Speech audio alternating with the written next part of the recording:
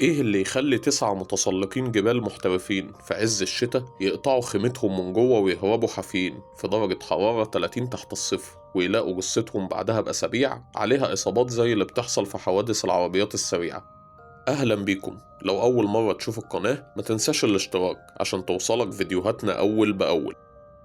قصتنا بتبدأ في أواخر شهر يناير سنة 1959 في قلب جبال الأورال المتجمدة بروسيا. فريقنا كان بقيادة الشاب دياتلوف وهم 9 متسلقين كلهم شباب في العشرينات والتلاتينات، كانوا طلاب هندسة ومتسلقين جبال على أعلى مستوى من معهد الأورال. هدفهم كان الوصول لقمة جبل في عز الشتاء عشان ياخدوا أعلى شهادة في تسلق الجبال.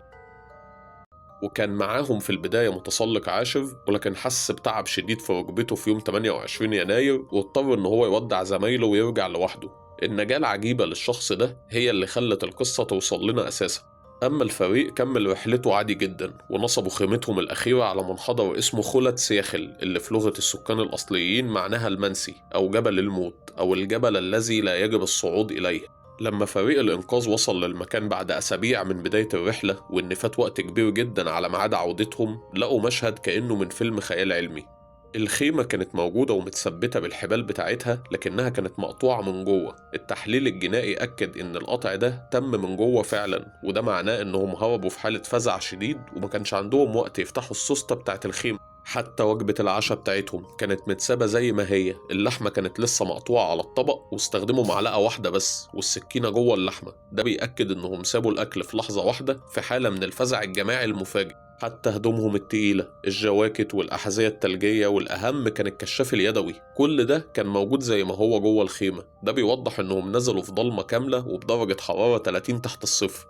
وبعد البحث لقوا 9 آثار أقدام، شوية منهم حافي وشوية بالشرابات، وبشكل غريب في أثر لمتسلق واحد كان لابس فردة حذاء واحدة بس. الآثار دي كلها أخدت فريق البحث لنهاية الغابة اللي كانت بعيدة حوالي 1.5 كيلو عن الخيمة. تحت شجرة صنوبر ضخمة لقوا أول جثتين كانوا متجمدين وما كانوش لابسين غير ملابس خفيفة، لكن الأغرب إنهم لقوا آثار محاولة إشعال نار صغيرة، وفي نفس الوقت كان في فروع شجر مكسورة على ارتفاع 5 متر.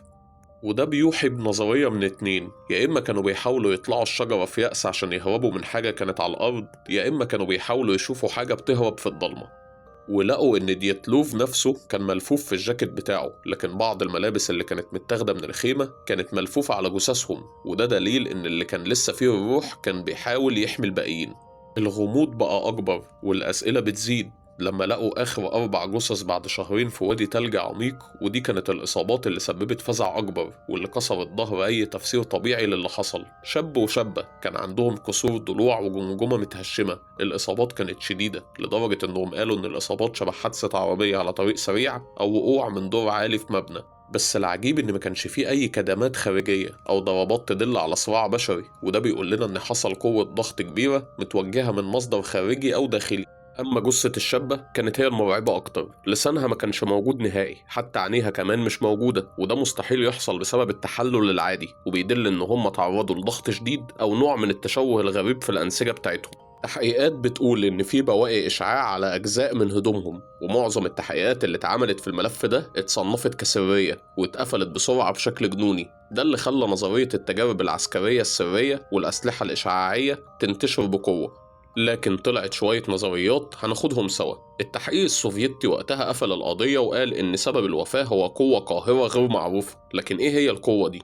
أول نظرية معانا هي إن سكان المنطقة القريبين من المنطقة بتاعتهم أكدوا إنهم شافوا كرات ضوئية ملونة غريبة جدا في السماء، وده دعم نظرية إن الجيش كان بيعمل اختبار سري لسلاح أو صاروخ، والانفجار أو الصوت المفاجئ هو اللي أجبرهم على الهرب. والحقيقة دي نظرية ضعيفة ولكن ممكنة، بس الإصابات بتقول غير كده.